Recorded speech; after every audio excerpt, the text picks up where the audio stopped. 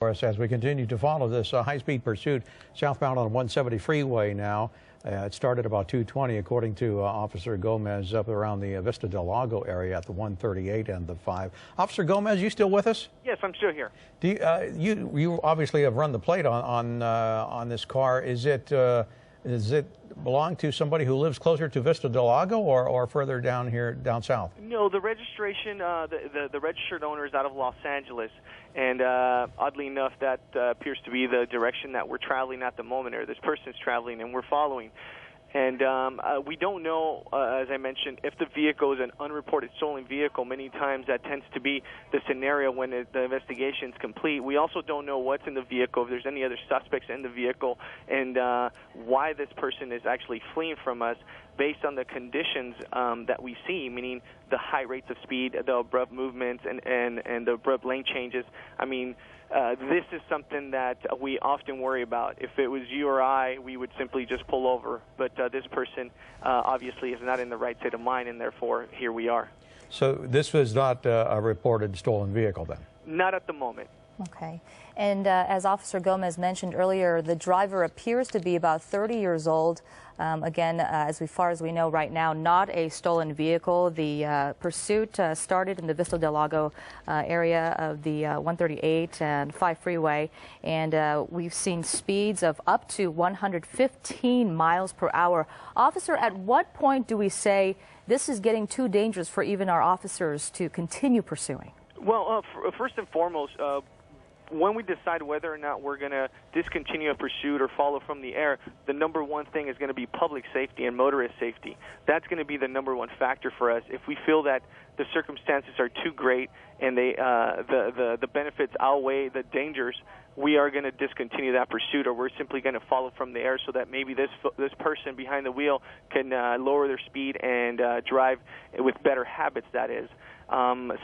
Secondly, we have to worry about the person behind the vehicle. Make sure that if we do something that their safety is not compromised either. And obviously, officer safety is also a huge one. But I want to reiterate, what's going to dictate is going to be public safety. That's our most pressing concern with any of these pursuits, and we're going to have the appropriate number of officers on scene, whether they're motorcycle officers or patrol vehicles, and of course our airship is also assisting us this afternoon. All right, and Derek Bell looks like he got off in the valley there somewhere. That's Romney. We're trying to get the exact street that he got off here. He pulled into a building right here. We're going to try and get the street that he's on. The CHP is right behind him here. They know where he's gone into. The LAPD and the Sheriff's Department have a helicopter overhead, and it looks like it has come to an end here. He pulled right into this building here. We're going to try and come around the front side of it, see what type of building it is, and it may be a church, if I'm not mistaken here. We're going to try and get the street that he came off here just a moment ago. The CHP is continuing to come into the area here, and again, they've got the helicopter that is overhead. As we come around the front. Okay, looks like he's on foot here. Hold on just a second. All right, Derek Bell. Looks like we lost sight of him here. Yeah, it looks like we're losing some view kind of from the building there. It looks like the car did pull off, however, off the freeway. Very interesting, because usually at this time of day, especially before, prime traffic hours of the day, the 170 freeway into Hollywood is an absolute mess in the North Hollywood area, but it looks like the driver was able to evade the cars that were on the freeway and was able to exit and pull into this neighborhood. It looks like it might be a foot pursuit going on here. Officer Gomez, do you know anything more than we do? It looked like we're looking at a foot pursuit here? Yes, at the moment we are seeing your pictures, and the suspect did leave the vehicle at that driveway where he pulled into, and he fled on foot.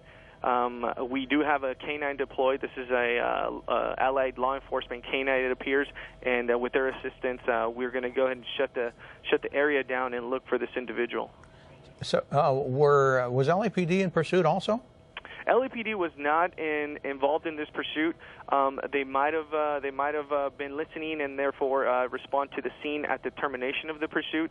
And we often work with our allied agencies, LA Sheriff and LAPD. As you can see, the LA Sheriff airship is up above, and they're assisting us with communication as well. Boy, my hat is off to you folks in the coordination here, because he just got off the freeway and LAPD was right there.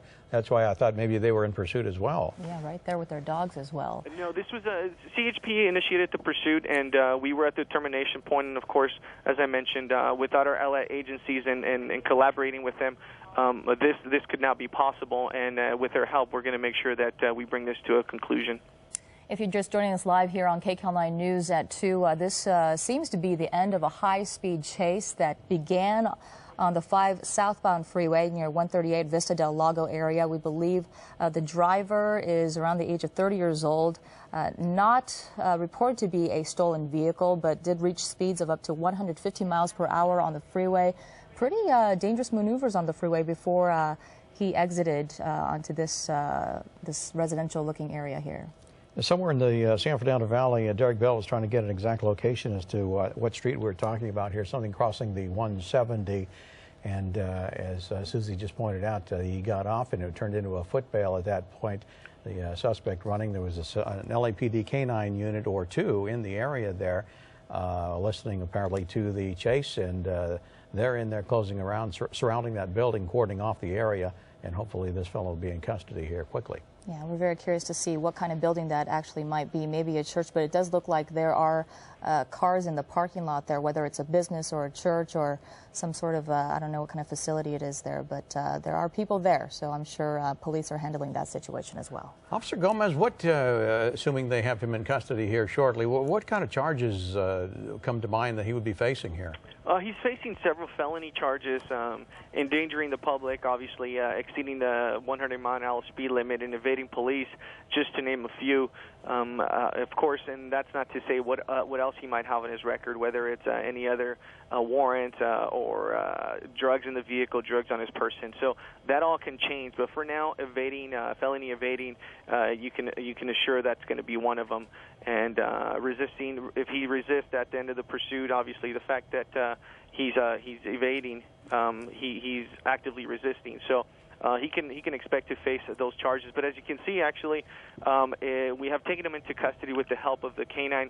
This is a CHP canine, and with the help of the allied agencies, we have located the suspect, and he is in custody. And this is actually a great termination. He didn't crash, and that's because our officers, when they noticed that the conditions were much too dangerous, they decided to pull away from the pursuit, and as a result, he was able to stop his vehicle and flee on foot.